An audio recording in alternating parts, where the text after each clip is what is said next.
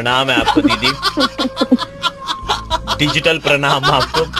भाई दीदी तुम तो बड़े हैवी ड्राइवर निकले। दीदी आप ऐसा डांस करती हो ना कि सामने वाला भी शर्मा के बोले क्या बात, क्या बात। तू बर्बाद। दीदी मैं दिलवाऊंगा आपको 21 तोपों की सलामी, सीधा आप ही के ऊपर निशाना बना के। ऐसी हरकत है ना इंसान तभी करता है जब उसके आसपास कोई भी ना भटक रहा हो। हमारी दीदी ऐसी भटकी हुई इंसान है और ऐसी मटकती हुई इंसान है कि भरे मेले के अंदर भी ऐसा डांस करते हैं, वही सेम एनर्जी के साथ और वही सेम डेडिकेशन के साथ। क्यों दीदी, सेम ऐसा ही डांस करोगे ना दोबारा, और फिर क्या होगा, वही एंटरटेनमेंट एंटरटेनमेंट एंटरटेनमेंट। तो भाई दीदी ने जो गलती करी है उसको हम नजरअंदाज तो बिल्कुल भी नहीं कर सकते, पर उसको हम अपने सही अंदाज में जरूर कर सकते हैं। तो चलो मैं आपको आज बताता हूँ कैसे उस एक्सरसाइज को करते हैं बिल्कुल सही तरीके से। तो सबसे पहले तो आपको एक स्ट्रेट बैक सीट पर बैठ जाना है, जिसमें कि आपके जो पैर हैं वो फ्लोर पर ही टच रहने चाहिए और आपकी बैक भी सीट पर चिपकी हुई होनी चाहिए। अब आपको दोनों डंबल्स को उठा लेना है और उसको शोल्डर के लेवल पर रखना है और आपको अपने पाम्स को अपने चेहरे की तरफ बिल्कुल फेस करके रखना है। अब तो आपको सिंपली अपने हाथों को घुमाते हुए डंबल्स को ऊपर पुश कर देना है। अब हमें डंबल्स को आराम से नीचे लेके आना है, उसी सेम पोजीशन में लेके आना है जैसे कि हमने इस एक्सरसाइज को स्टार्ट किया था। आपको इसमें एक चीज का जरूर ध्यान रखना है कि जो आपकी एल्बोज है ना